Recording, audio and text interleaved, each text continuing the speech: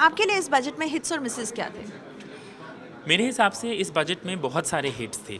पहले तो इंडिया का जो फोकस है मैन्युफैक्चरिंग पे, चाहे वो सेमीकंडक्टर मिशन पे हो, चाहे वो बायोफार्मा पे हो, चाहे वो स्पोर्ट्स गुड्स पे हो, चाहे वो केमिकल्स पे हो, या चाहे वो कंटेनर मैन्युफैक्चरिंग पे हो।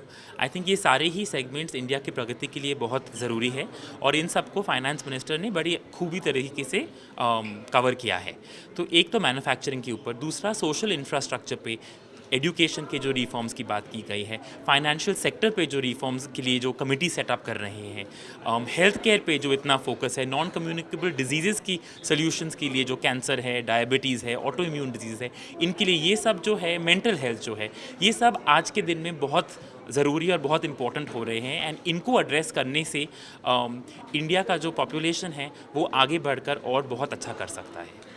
बहुत कंसर्न था कि जिस तरह से यूएस ट्रेड टैरिफ्स इम्पोज कर रहा है, या फिर जिस तरह से जियोपॉलिटिकल टेंशन्स चल रहे हैं, और सीआईआई खासकर इंडिया इंक की एक्सपेक्टेशन थी कि बजट में वो तरह का क्वेश्चन एक प्रोवाइड किया जाए इंडिया इंक को। आपको लगता है कि जिस तरह से अनाउंसमेंट्स आज आए, एक्सपोर्ट्स बढ़ रहे हैं और कवर है उस सेंस में?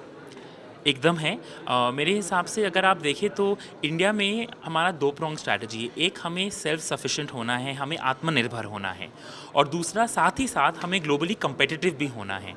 तो इसके लिए तमाम एफटीएज हम कर रहे हैं तमाम देशों के साथ। पिछले हफ्ते में ही आपने देखा मदर ऑफ ऑल डील्स हमने साइन करी ईओ के साथ, और ये और भी आगे दिनों में आई एम श्योर और देखने को भी मिलेगा। और अगर आप आज का बजट देखें तो आज के बजट में भी बहुत सारी अच्छी चीज़ें हुई हैं, जैसे कस्टम्स ड्यूटी पे बहुत सारे अनाउंसमेंट्स हुए हैं, ईज़ ऑफ डूइंग बिजनेस पे अलग अलग तह पे बहुत सारे अनाउंसमेंट्स हुए। तो ये सारा का सारा आई थिंक ओवरऑल इकोनॉमी को बहुत इम्प्रूव करेगा।